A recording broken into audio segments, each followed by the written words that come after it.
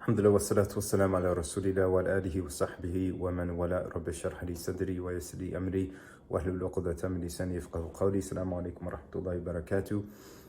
We're going to discuss Surah Al-Inshirah, which means the expansion or opening. And this is a surah that was revealed in Mecca very early on. A lot of scholars believe that this was revealed immediately after Surah Duha, probably around the 19th or so surah to be revealed to the Prophet Muhammad sallallahu alaihi wasallam.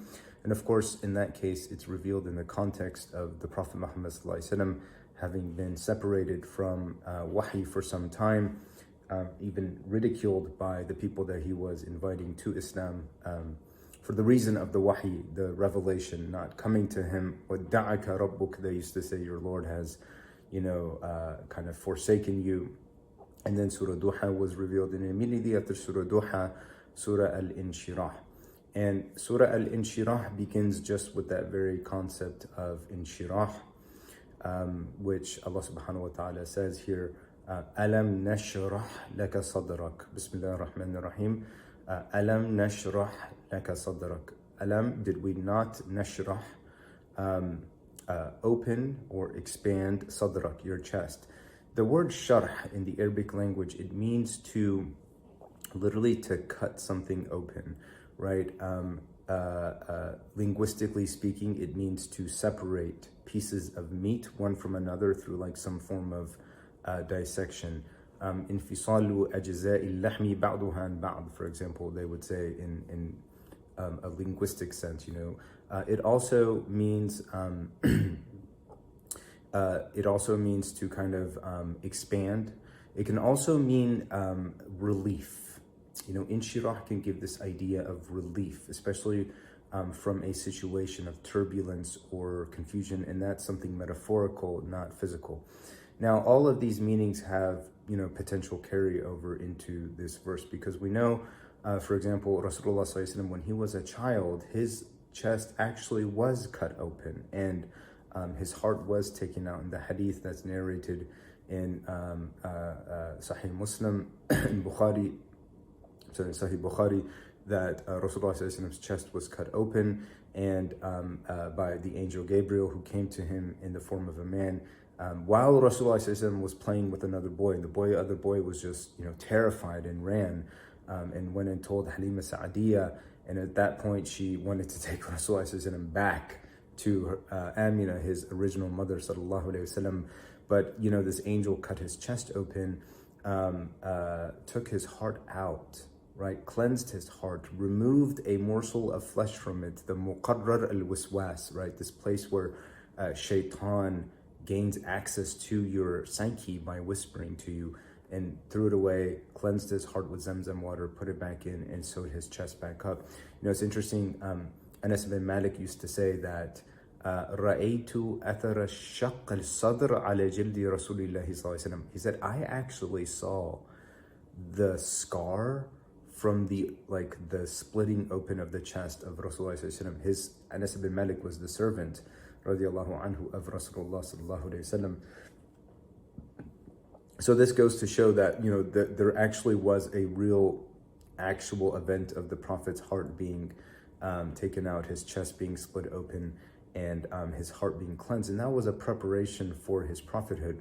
But it also has, in Shirah, it also has this idea of, the Prophet, Allah subhanahu wa ta'ala simply, in this time now, as he's an adult in the cave of Hira, meditating before revelation comes to him, relieving him of the burden that he had in wanting to guide his people but not knowing how to do it. Him seeing his people, worshiping idols and engaged in immorality, and he is sallallahu alaihi wasallam, even without having revelation, a man of extreme dignity, extreme honesty, extreme honor, and he can't tolerate seeing his people do this to themselves. And this was a burden, and this is the burden that will be talked about later in the surah.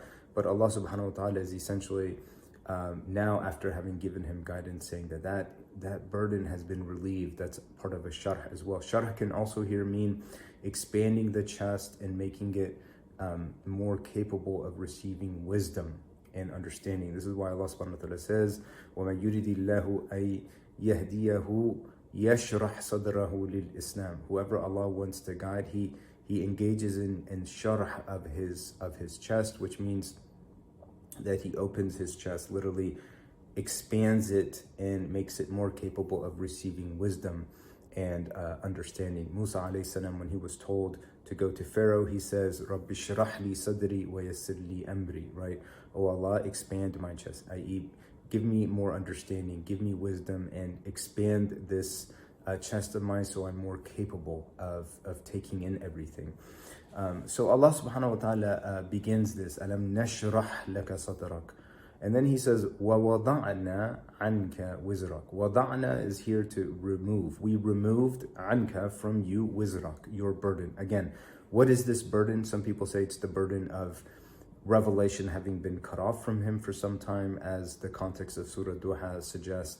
But also, in general, just like we talked about, Rasulullah sallallahu alaihi wasallam, the burden that drove him to Mount Hira before he was a prophet, to spend days and days and nights, he would ask Khadija to prepare small amounts of food that would sustain him for days and days, tahannuth, that he would engage in, right? To just kind of go off in solitude, in solace, self-engaged quarantine from the polytheism of people. That's what Rasulullah was doing. He was engaged in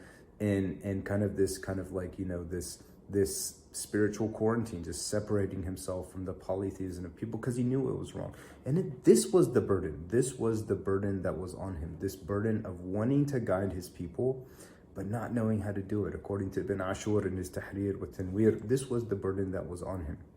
Allah describes this burden of wanting to guide His people, but not knowing how to do it. And again, this is a lesson for us in how we should feel with our people. Our people are the people we live with, right? Our qawm are the people who share our language and they share our culture. These are the people we live with here in America.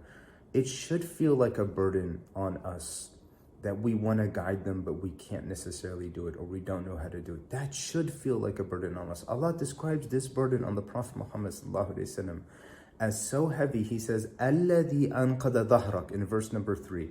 This is the burden which alladhi, that which, anqada, we'll talk about what that means, dhahrak, to your back. Anqada comes from naqid. Naqid is the sound worn out joints make when they're put under pressure, right? You know that sound of crackling and squeaking and kind of like snap, crackle, pop that your joints make, right? When they're put under a lot of pressure, people have worn out joints. Allah subhanahu wa ta'ala is saying this pressure, right, is so heavy. It was like on your back, it was creating that sound on your back. That's like metaphorically speaking, Rasulullah's back was snapping and cracking with all kinds of pressure because of this burden of just not knowing how to guide His people, right? And we should feel something similar to that, right? We should feel this desire, this want to guide our people, except now we actually have guidance and we actually can go to them with guidance. That's why it's so important to support efforts of da'wah, efforts of tabligh, efforts of sharing the message of Islam and spreading the message of Islam and fighting, Islamophobia and messages that are, antithetical to people really seeing the Prophet Muhammad ﷺ for who he was and doing everything we can to make that available to people so they see the Prophet for who he was, sallallahu alaihi wasallam. Then Allah subhanahu wa ta'ala says a very important principle. Then He says, verse number 4, He says, وَرَفَعْنَا لَكَ ذِكْرَكَ, and we elevated your remembrance, sallallahu alaihi wasallam. One time the angel Gabriel comes to the Prophet Muhammad from a message from Allah subhanahu wa ta'ala and says, do you know how you have been elevated? And he says, how? He says, كُلَّمَا ذُكِرْتُ ذُكِرْتَ مَعِي. Every time I am remembered, Allah subhanahu wa ta'ala says, every time I am remembered, you are remembered with me. We say in our adhan every day, أَشْهَدُ أَن لَا إِلَهَ إِلَّا اللَّهِ وَأَشْهَدُ أَنَّ مُحَمَّدًا رَسُولُ اللَّهِ, right? We say that in our shahada, we say that in our adhan, we say that in our iqama. We say that, when we testify to become Muslims. Rasulullah sallallahu alaihi wasallam is always mentioned with Allah subhanahu wa ta'ala in this creedal statement, and that is the greatest way that he can be elevated. And then Allah subhanahu wa ta'ala brings this principle, فَإِنَّ مَعَ الْعُسْرِ يُسْرًا إِنَّ مَعَ الْعُسْرِ يُسْرًا. Indeed, verily, inna is indeed verily, ma'a is with, al-usr is difficulty, and it is accompanied with a definite article, the difficulty, right? Then Allah uses an indefinite yusra, general ease, right? And then Allah repeats the statement for emphasis. There's a couple things to note here. Some people translate this sentence as after difficulty is ease. But really what it's saying is with difficulty is ease. So the moment difficulty comes to you, some kind of ease will come to you as well from Allah subhanahu wa ta'ala, right? Some way, somehow, the ease accompanies. This is referred to as musahaba. It accompanies the difficulty. So it comes with it, right? But the other thing to note here is that al-usr is with a definite article. So this is a single type of difficulty that's mentioned in verse number 5 and verse number 6. One single type of difficulty. But the yusr is nakira in Arabic. It's indefinite, it's general. Arabs do that with a word when they want to emphasize it, ta'zim al-kalima. They want to show how great it can be.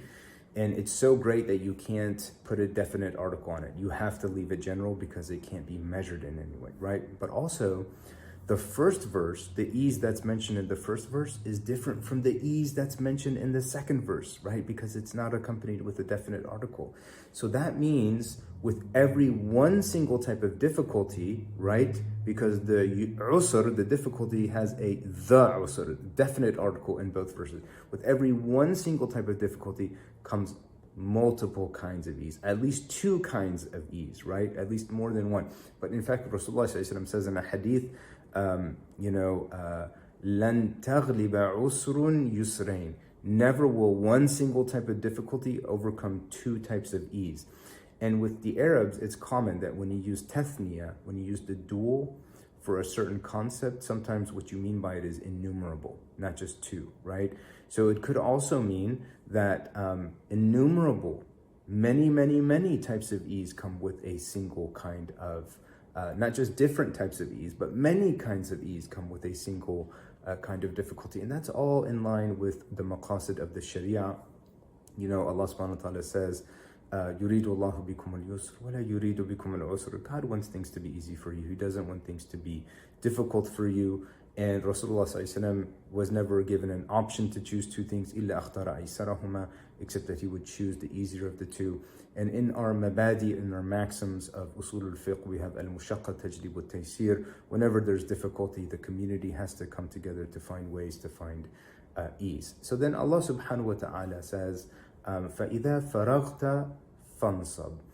When you have emptied yourself, or kind of like finished what you were doing, right? Fansab, exert yourself even more, right? This has a couple different meanings. One, it could mean that when you finished doing the fard, engage in the nafil. When you're done doing what you are mandated to do what is voluntary to do. It could also mean when you're done occupied with the worldly affairs, then exert yourself in finishing or beginning to do the spiritual things. Don't just waste your time. You're done with your work, you come home, you're done with your duties and your chores. Now spend that time to read the Quran. Now spend that time to pray a little bit. Now spend that time to do some dhikr and engage in the remembrance of Allah subhanahu wa ta'ala. Exert yourself. Fansab means exert yourself in that way, right? It could also mean when you finish doing one thing, faragta, finish doing one thing, fansab, continuously exert yourself to do something else. Don't waste your time, right? Time is precious, and all of those meanings are possible. And finally, the last meaning, وَإِلَىٰ رَبِّكَ فَارْغَب, and to your Lord, let all your desire in seeking be, right? There's a type of emphasis on Rabb, or your Lord, as it comes first, and desire coming later. Imam Ghazali, he says, لا يكون مريد مريدا حتى يجد في القرآن كل ما يريد. Someone who's truly seeking God, someone who's truly a seeker, doesn't really become a seeker until they find in the Quran everything that they are seeking. And we'll end here. أقول قولي هذا وأستغفر الله فاستغفروه إنه كان غفارا. جزاكم الله خير.